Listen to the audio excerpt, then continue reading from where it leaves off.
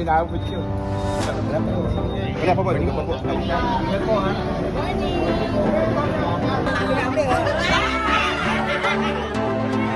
Una-una, congratulations sa City, Mayor Vico, Vice Dodon, sa lahat ng konseho na kasama po, no? Siyempre, dito yung ating barangay, si Robin, lahat ng kagawad po natin, para sa inauguration ng pumping station po na ito.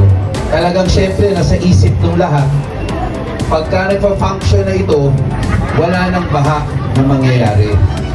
Alam natin ang totoo, hindi naman assurance yun na walang baha. Kasi alam po natin na kaya naman dito nagkakaroon ng baha sa lungsod ng Pasig ay dahil unang-una, depende po yun sa level ng tubig ng Pasig River. Alam natin ang Pasig River, dalawa yung lalabasan niya. Merong Manila Bay at Laguna de Bay.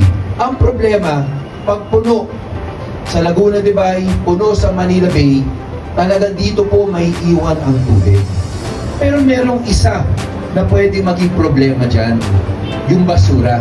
Pero, magtataka ka, pagdating sa mga pumping station, di papunta doon, meron talagang mga basura eh.